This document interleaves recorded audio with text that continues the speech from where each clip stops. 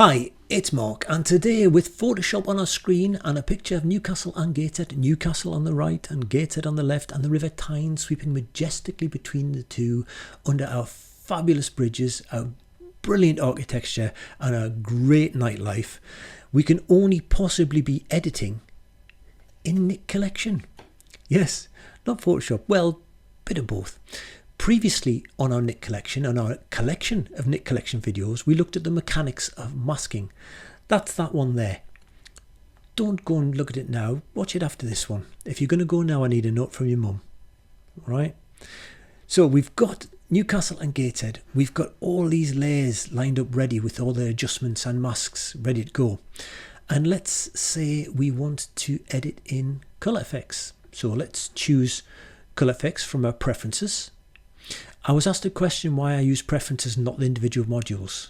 Well, I've loaded two of the individual modules here just to show you that on their forms we don't have access to the items we need today, and I change these quite often when I'm editing between Photoshop and Nik Collection. So I prefer having the one panel where I can access all the individual ones but get access to these preferences. So much so I'm just going to close these ones down because I never actually have them open apart from this video introduction. So there we are. We've got Nik Collection. I'm going to click on color effects, which will throw me off the screen, launch this picture into color effects, and we'll get cracking. So here we are in color effects, and what I want to do is add a pro contrast to this sky. Pro contrast is a great contrast and I really like it for moody skies. So where is it? There it is, pro contrast. Click on the filter, it puts the filter panel over on the right hand side where we can now play with it, and the slider of choice for me for this particular filter is the dynamic contrast, which I think works really well in skies, in cloudy skies, unless it's more. So I think somewhere around about there is fine for me. Let's just quickly switch it off and on. That's great, except this is a global change.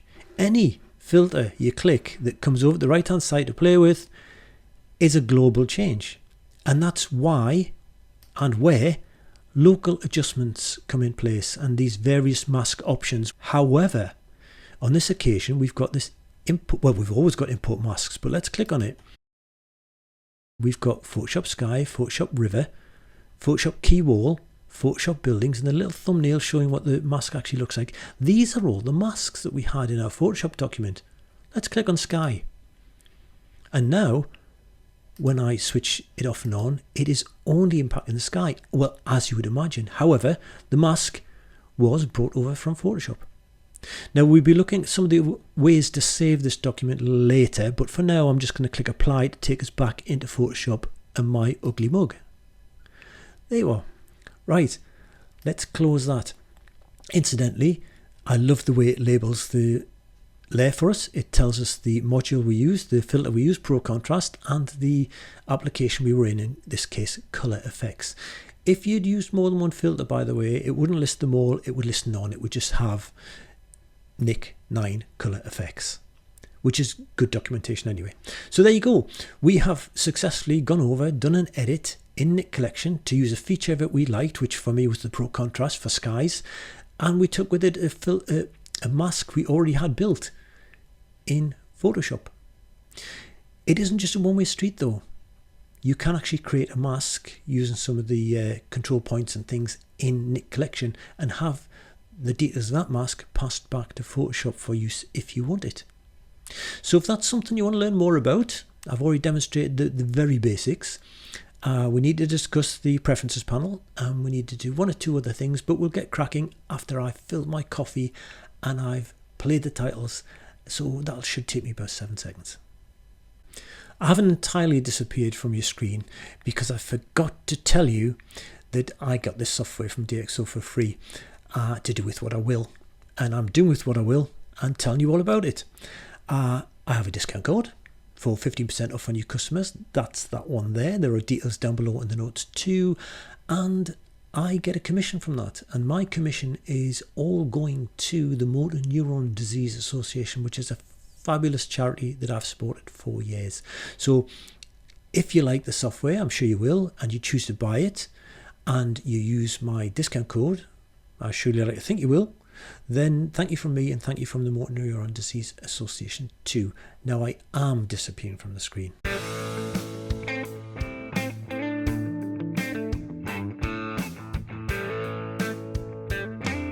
Okay, so here we are back in Photoshop.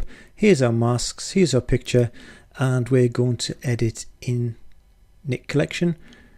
Choose my preferences, and if you don't see preferences, by the way, you come up to Plugins, Nik Collection 9, Preferences. However, I've already got mine open, so let's continue. You can choose which module you want here, and the secret here is sending masks.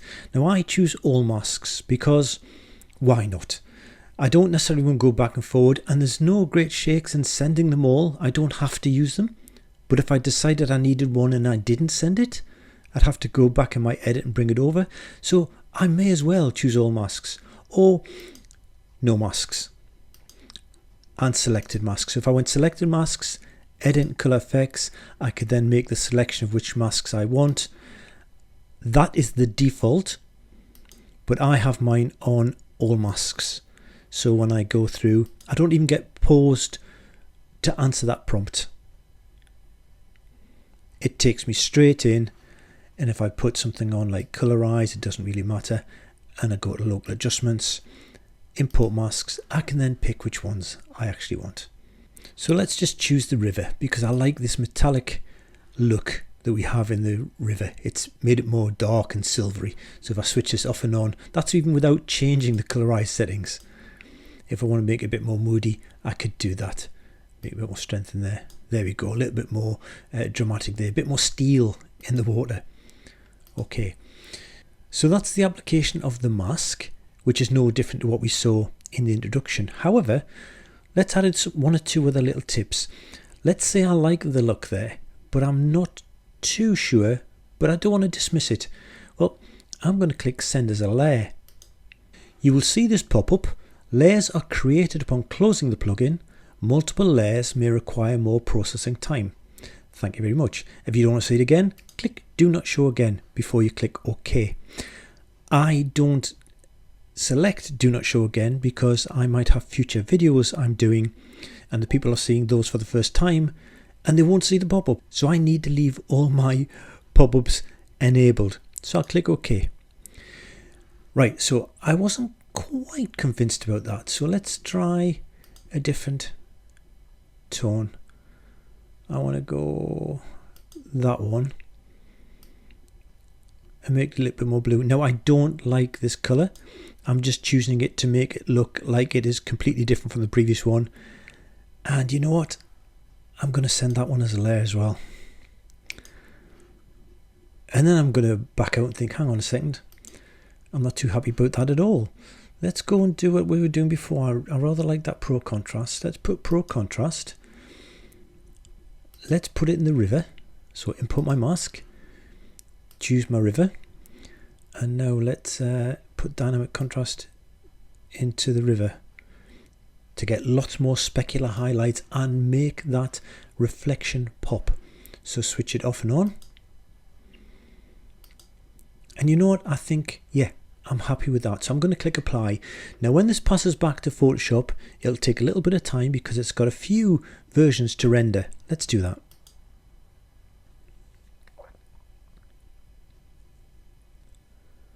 Okay, now I didn't speed that up. That was in real time. I'll put that away. And let's see what we've got. We've got 3 layers now. So there's the one which we clicked apply on, which was our Pro Contrast Nik 9 color effects, same as it was in the introduction, but it was just with the sky. Switching that off and on, you can see the difference. Then we've got this one, which was one of the renditions we went for. And we've got this one, which was a different rendition. So rather than jumping back and forward playing with your edits, you can actually save as those layers as you go along. Now another way we can actually do this, and we're straying a little bit off masks at the moment, but it's all good. It's all good stuff. Let's go back in and edit again.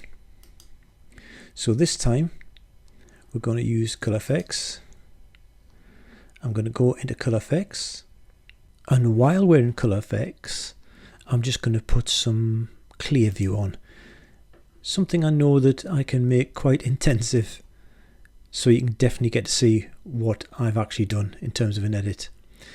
And I'm going to once again apply that, so it takes me back into Photoshop, and there we are. So switching that off and on, but I didn't like it. It was too much. I wanted to be able to tone that down. Well, doing what we've just done, I'm now stuck with that unless I do it again. So let me delete that, and I will do it again.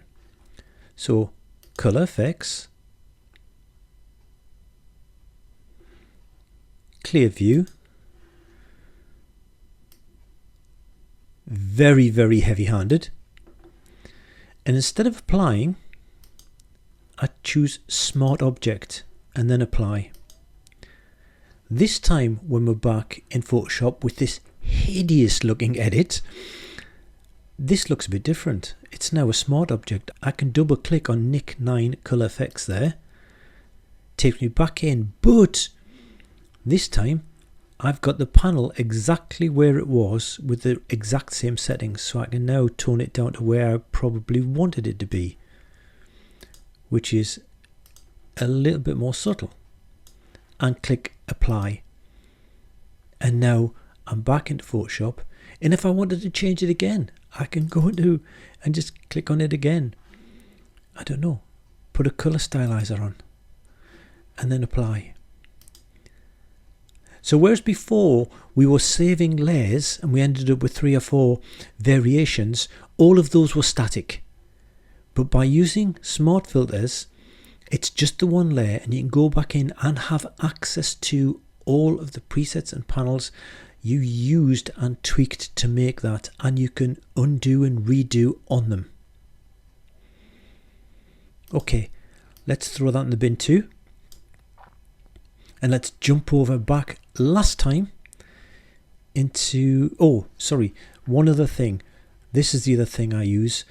Depending on how I'm editing, sometimes I just choose the active layer. So I've got, if I'm doing a composite and I've got a background and a subject, and not these adjustments, but I've got different individual pixeled layers, I might choose active layer to take over because I just want to do the foreground subject. Perhaps we can do some compositing in Photoshop with Nik Collection on a future video. But anyway, combination of all visible layers, so it renders the image to date with all of the adjustments you may have applied in Photoshop before passing it over. That said, let's go into color effects. And so for our last time, here we are. We've done no edits. Let's put a clear view on, because I rather like how clear view can work with windows and reflections and such, and I'm going to really increase the intensity so it looks really bad. But put your eyes just over here on the glass on this building. Let's put a local adjustment on, so we're adding a mask within Nik Collection, and I'm going to use an object selection. So let's go and see if we can grab this building, bring our cursor all the way over. There we go. Click OK. So I've now got a local adjustment which I have created in Nik Collection, and if I switch clear view on and off now, you can see the effect I was after, really brightening up those panels and bringing it in. And yes, the effect is exaggerated. That just makes it easier for you to see on YouTube on whatever device you've got. Notwithstanding that, we created a mask within Nik Collection. I might want to use that mask in Photoshop at some point. So rather than try and guess it or redo it in Photoshop, let's send this one back. But as you see, it's not exactly the same method.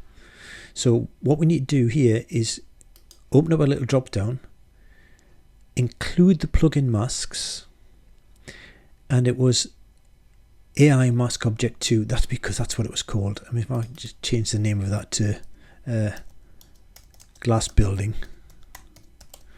There, better for my documentation anyway, and include it. We say, right, I want that mask to be sent back to. I'm not going to send it as a smart object.